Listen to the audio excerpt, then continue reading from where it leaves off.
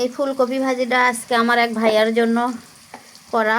এই যে ফুলকপিটা কেটে কিউব কিউব করে কেটে ধুয়ে নিছি, তারপর কড়াইয়ে পেঁয়াজ মরিচ দিয়ে ভাজতেছি। এই যে লবণ হলুদ দিলাম, এখন পেঁয়াজ মরিচ হালকা করে ভেজে নেওয়ার পর তারপরে যে লবণ হলুদ দিছি দিয়ে এখন এই যে এটা লাল লাল করে ভাজবো পেঁয়াজ মরিচটা।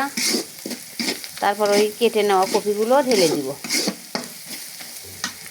ভাইয়া আপনার জন্য ভিডিওটা করা, দেখে নিয়ে একদিন করেন।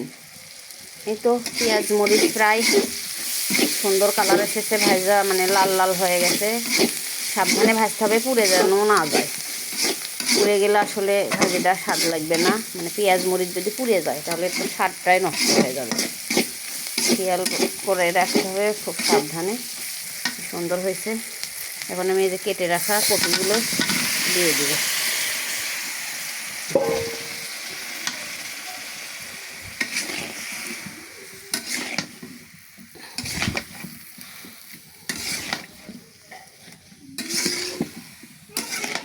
আমি মাটির চুলায় আজকে রান্না করতেছি তো ভাইয়া, ভাবলাম ভাজিটা মাটির চুলাতেই করি। আসলে হাঁসেলের রান্না অনেকটাই বেশি, খুব তাড়াতাড়ি হয় আর ভালোও হয়। গ্যাসে রান্না খুব ভালো লাগে না আমার কাছে। তো যাই হোক, যে এখন আমি এটা হালকা একটু পানি দিয়ে ঢেকে দিব।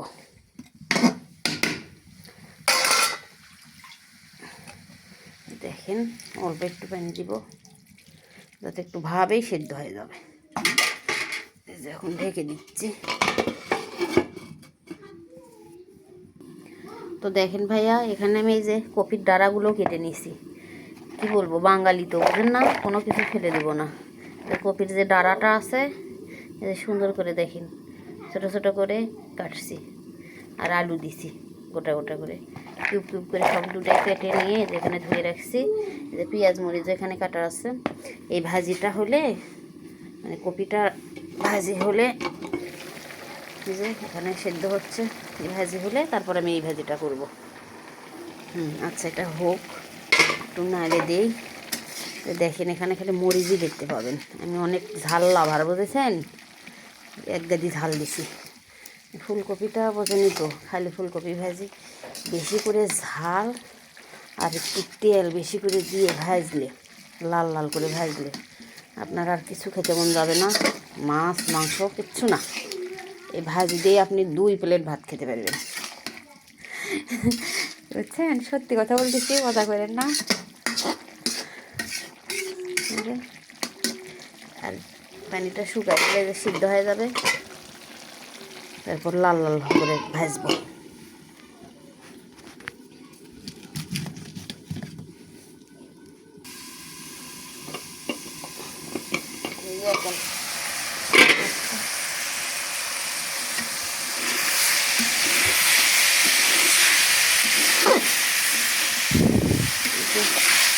ভাজিটা এই যে হয়ে গেছে।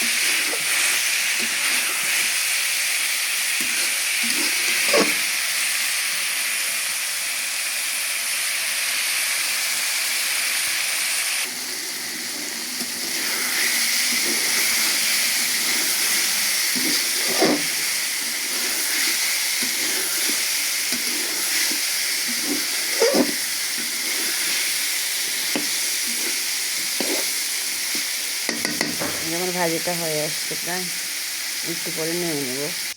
এই যে ভাইয়া দেখেন ভাজিটা আমার হয়ে গেছে। লুকটা দেখেন কি এখন, অতি লোভনীয় এবং মজাদার।